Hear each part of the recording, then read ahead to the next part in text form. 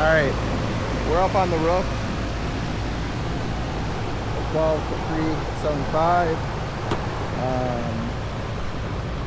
We do have a lot of repairs. You can see here, all the way on this wall, you can see where it's caulked. And then over here, no repairs. And then from that point right there all the way down, they had repairs done. I was told by the employees that back here by the electrical panel is that there is a leak over here on the electrical panel from the inside, going right on the panels themselves. I didn't see any water stains from the inside, and I can't find any leaks from over here just by examining it, and I doubt it would be from any of these nylon grommets from the screws going down, because they look pretty intact and they look like they're screwed in straight. However, it's not saying that when I go on this side and right up here on the gable trim or side trim here, this right here would be a possible leak point, because that is pretty corroded and water could go down, and that's probably where it's leaking from. It's not down there. It could possibly be leaking right here and following that straight down, because they say it only drips in on the electrical panels on the inside when it heavy rain. And so I'm thinking right here, because I see the cracks and I see the holes, I'm thinking that's where the water's coming in. And the reason why I say that is because when you follow this down, you can see where these screws right here at the end is probably ponding the water, and they're all rusted right here. So I'm thinking that the water's coming from there, coming down, and it's ponding. And then when the water can't escape, it's not going in that gutter, it's being trapped on that wall in the inside gable trim, and it's going in from somewhere. And then looking at the units from the inside, and it looks pretty good. What I mean by that is, like, the motor and the belt, that's tight. The compressors here, I will get an HVAC guy to come up here and see what's going on here, because it's frosting up even on the compressors themselves, and they're supposed to be hot. Compressor 1 and 2, I didn't even do a leak test on it. There's no point, because it's frosted all the way around, and even on the compressors themselves. On the heat exchanger, on the other hand, it's all water in here. So where that water is coming from, I really don't know. Water could get down from up here, then we got that wall right here and it's all dry. So somehow, somewhere, water is getting in here. We do have good clean air filters going down. The ductwork looks pretty clean. The condensation line should have PVC pipe going all the way to the gutters. You can see we got some mildew here. We got some ponding of the condensation. But from what I was told from the employees inside, it's not leaking from here.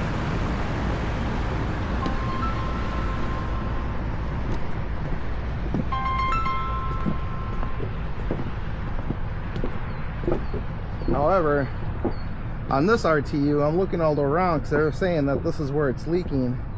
It's from this RTU, and I don't see anything, even from the inside here.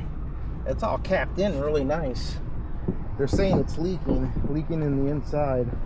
Again, we got the condensation line that should be running all the way down. I didn't show you, but over there it's actually rusting the roof. We'll go back and look at that. That should be run all the way down.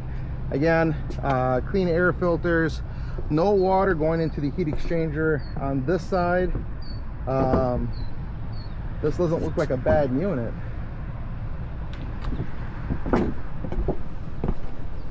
I'll show you that condensation line here real quick, where it's rusting all the way down, and it gets pretty bad from this point down. It's rusting. So having that condensation line run all the way down is pretty important, and because the water's sitting because there is no line, it's rusting out pretty bad here at the end. So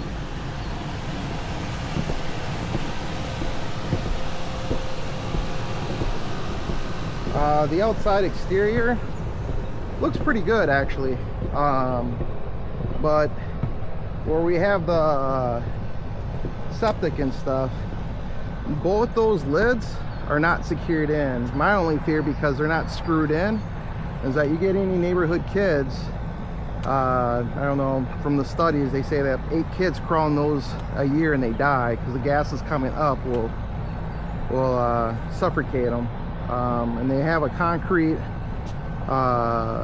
septic manhole cover using one as a weight. So I'm assuming at one time the wind blew it probably into the man-made pond, and they put that on there as a temporary, or it's there permanent and they just don't screw it in. You got your FTC for Fire Connect all the way around, coming into the building. You got propane. The doors for the garbage corral, both those gates are pretty hard to open up. Tank looks pretty solid. You got some junction boxes coming from the electrical panels that need to be secured in. And then I don't know if you can see it or not, but we got some extension lines coming out. They're disconnected from the gutter system itself. But we got good landscape. You can see where it comes down this way and the building itself comes down. You can see the water line from the front coming straight down into the man-made pond. The parking lot isn't that bad. It just needs to be filled in on the cracks, probably resealed to extend the life on it. You do have a pothole there coming in entry point, but you can see it's just a lot of cracking. So if we get those cracks filled in and seal the parking lot, I think we'd be getting a little bit more life out of it. Other than that, you do have propane tanks on that side that aren't secured, meaning they're not bolted into the concrete, and the GFIC on this side is defective. The GFICs on both these units here are also both defective. And then the sign itself has a junction box up on top where there's a hole, and that hole allows rainwater to get on in. So I just assume, where is it? Yeah, I just assume that water's getting in there, and there's nothing but wire nuts inside, and they're probably being filled with water, so I'm probably going to have a short.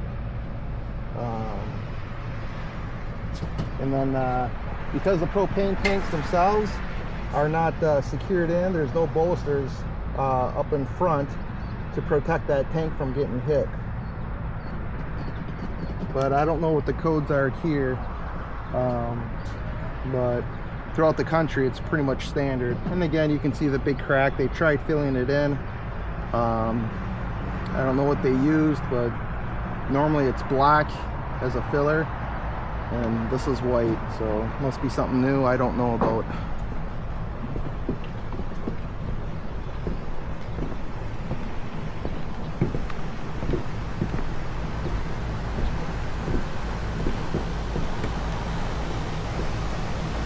So as I walk around, that pretty much concludes the summary inspection at 360.